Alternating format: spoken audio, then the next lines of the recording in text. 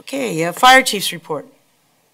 President Jones, Board of Directors, the first priority that I really want to report on tonight, and just alert the directors, although I think some of you have received some feedback from the community out there, is our recent business self-inspection program that we initiated through Fire Recovery USA.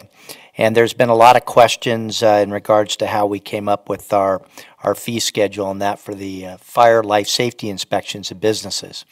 And I just want the voters out there and then the constituents and the taxpayers to know, and especially the business community, that we're required to inspect around 20,000 business occupancies in our district. And so we put together a program that would be the least onerous and expensive on the business community that we could. If we were to hire the amount of inspectors we would need at fully burdened rates to go out and do those inspections, it would be a huge, huge expense to the district and to the taxpayer. And clearly under fire prevention, we have the ability to do cost recovery to cover that as part of a business expense. And so I've received calls from Roger Nilo from the Metro Chamber of Commerce. I had a great conversation with him 2 days ago. And the questions really were about outreach and how did we do that. Now, I think it's important for the people out there that are watching to know that we did this in an extremely transparent manner. We hired an outside third-party evaluator to come in and analyze our direct and indirect costs. And once we established what those costs were, then we put a program together, and had we just gone out and said we're going to provide the inspectors to do every inspection, the cost would have been around $190 and some change to each business owner out there. And clearly the board of directors and the administration felt that, and after talking to the business community, that would be a little overly onerous, and that in the era of technology and computers and the ability to look at your own business with a check sheet, we could, over a 3-year period, have self-inspections done 2 of those years for half that price.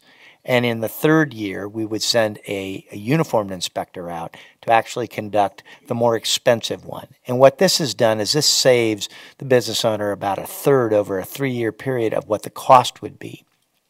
So we put that together.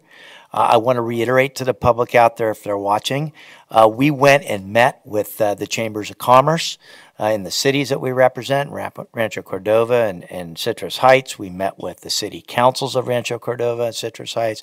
We met with the Builders Exchange. We met with a variety of people out there that were in the business community that we would be dealing with.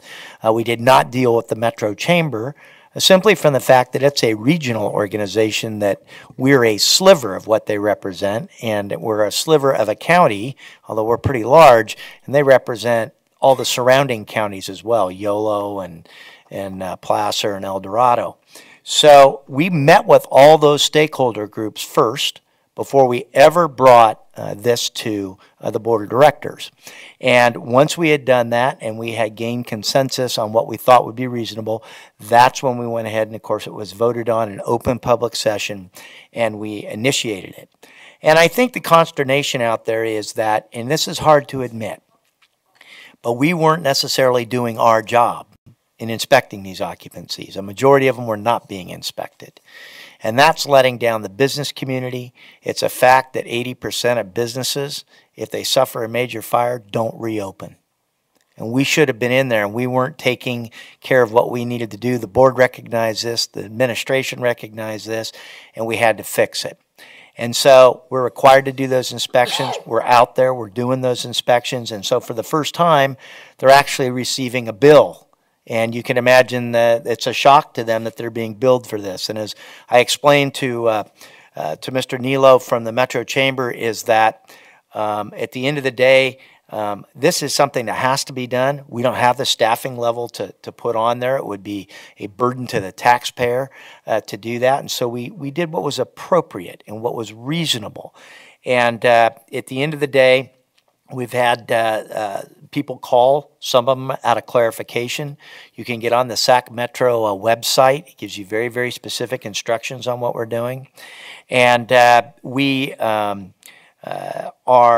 are moving forward in this process. This should have been going on all along. People who have not been inspected have not received bills. The bottom line is you can look at it from two ways. One, it wasn't a real good safety issue that you weren't being inspected. Two, we weren't following our responsibility. And three, if you want to look at it from this aspect, you weren't receiving any bills for a period of years, so you're probably money ahead in that aspect if you want to look at it. But it's a business.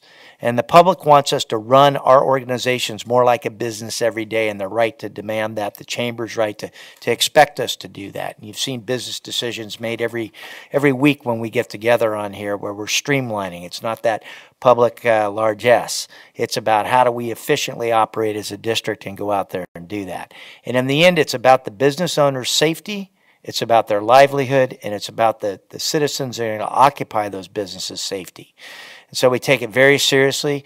We appreciate the feedback that we have gotten, and I will be providing a detailed analysis on everything we did, the public outreach that we did way before we ever came to the board, to Mr. Nilo, and we appreciate him contacting us and talking to us. And I just want to reassure the citizens out there and the business community who's important to us that we are trying to make this as less onerous as possible.